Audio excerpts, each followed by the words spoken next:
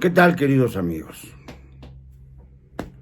Las cosas son como son y desgraciadamente todavía no existe una politización suficiente como para que aquellos que han sido ultrajados en las urnas salgan a las calles y denuncien con su voz y con algo más, con algo mucho más que la manifestación misma, lo que consideramos uno de los mayores fraudes electorales en la historia del país.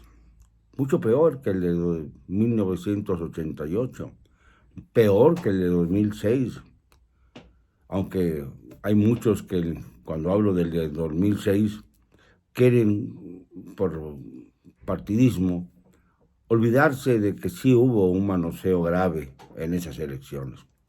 Pero quiero hablarles de otra cosa. Quiero hablarles de la valentía de una diputada del PAN, Kenia López Rabadán, quien el día de ayer subió a tribuna a hacer un pequeño recordatorio. Después de agradecerle a quienes votaron por Xóchitl, votamos por Xóchitl, y agradecerle a la propia Xóchitl por su tarea valiente, hizo el recordatorio. Le dijo al señor López Obrador, al mandante Pelafustán, que su tiempo ya se acabó. Lo que le falta debe dedicarlo a la transición necesaria para que quien la va a suceder, una mujer por primera vez en la historia de México, se vaya enterando de qué va la cosa. Le dijo, entre otras cosas, que ya deje actuar a quien ha sido señalada por el Instituto Nacional Electoral como la candidata ganadora, todavía no presidenta electa. Ya dijimos que cuando él triunfó en 2018, a los 2 días de su triunfo, cuando todavía no era presidente electo, ya había tomado posesión del Palacio Nacional ante un tímido Enrique Peña Nieto que estaba desesperado por dejar el poder, porque sabía que había perdido la historia. Así como el señor López perdió la historia. Nunca podrá decirse demócrata, nunca podrá llamar a sus hijos inocentes de la corrupción ingente en que cayeron, del tráfico de influencias. No podrá defender más a personas como Rocío Nale, aunque le digan que ganó las elecciones en Veracruz, siendo zacatecana y sobre todo siendo una tremenda muestra de la corrupción. Nunca podrá convencerme a mí y a los yucatecos de que Morena haya ganado en mi tierra, en Yucatán. Nací en Tampico, pero me formé en Yucatán y soy hijo de padres yucatecos. Por cierto, muy relevantes en la historia de la entidad.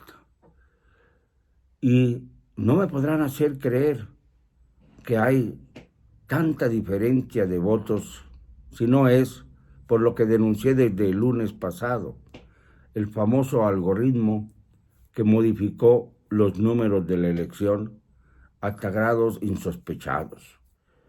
Hay muchas casillas, hay muchos testimonios acerca de que en algunas poblaciones votaron más por Claudia Sheinbaum que los habitantes totales que tienen cada una de las secciones en donde se dio este fenómeno, pues en alguna época común y ahora reverdecido como los laureles, como parte de esta engañifa, este engaño terrible en el que hemos caído los mexicanos. Poblaciones como parte de un fraude incalificable. Habitantes, 23,000, votos por Claudia Sheinbaum, 170,000. Así de ese grosor es el tema. Lógicamente, pues puede obtener todos los millones de votos que quiera. Ya se habla de 35 millones de votos que pudieron estar en manos de los que supuestamente votaron por Morena o de los que fueron comprados en cuanto a su voluntad política. Por eso es tan interesante lo que dijo Kenia López, sobre todo porque ya se dieron cuenta que el anuncio, el mero anuncio de que iban a proceder a una reforma judicial aprovechando este marasmo antidemocrático que se ha formado, una reforma que establezca el fin de la Suprema Corte de Justicia para luego seguirse con el INE. Esta reforma sencillamente hizo temblar los mercados financieros, hizo caer el peso ante el dólar. Ya se cotiza o se cotizó el día de ayer a 18 pesos, un poquito más de 18 pesos. A lo mejor todavía recordamos la época en que estaba a 20, pero de cualquier manera es muy sospechoso que el superpeso empiece a perder la pelea en esta fase final del gobierno del mandante Pelafustán. Ya es hora de que se calle, presidente. Ya sus palabras van al vacío. Cállese. Ya habló usted demasiado. Ya no tiene argumentos.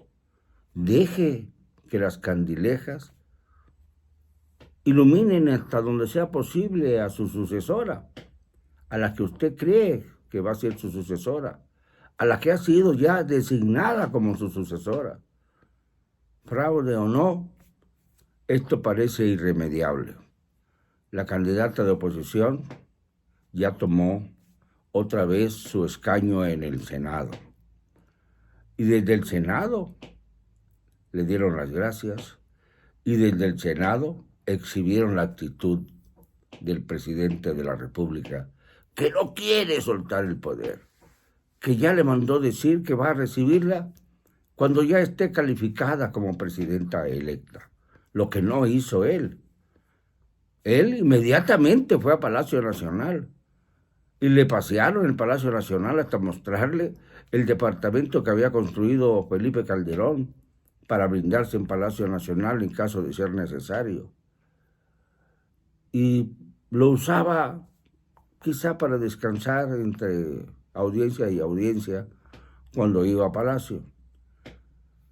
Y ahí estaba el departamentito que ahora fue la vivienda del presidente de la República.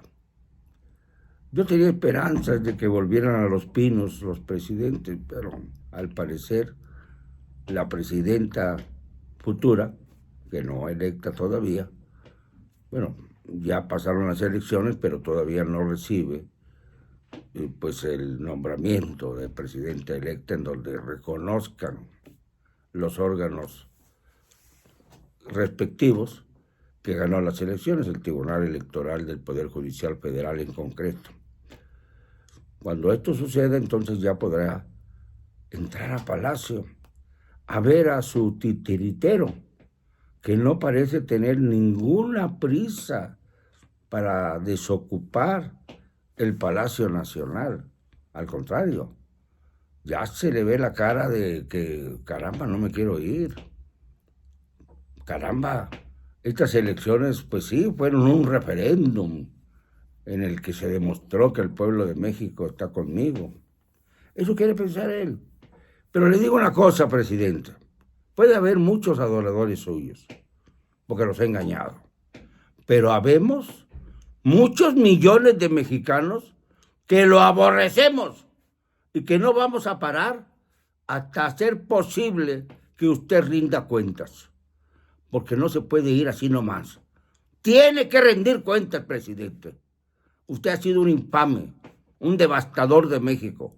Aunque no lo crean los que aparentemente votaron por Morena, o los muertos que también salieron a las urnas para tachar el signo de Morena o del Partido Verde, que quiere una sobrerepresentación absurda, igual que el Partido del Trabajo, el de Bartlett, para que tengan más funcionalidad las mayorías, como dijo el torpe de Fernández Noroña, el pandillero, quien asume que por ser mayoría pueden hacer lo que les dé la gana. Señores de Morena, señores diputados y senadores de Morena, ustedes no son borregos. Actúen de acuerdo a sus capacidades. Piensen, no sigan nada más las consignas de la presidencia. Dialoguen, analicen cada reforma y voten en consecuencia. Ese es su deber. Y si no lo cumplen, solamente serán parte del rebaño negro de Morena. No me van a callar. Y lo digo con cero cobardía.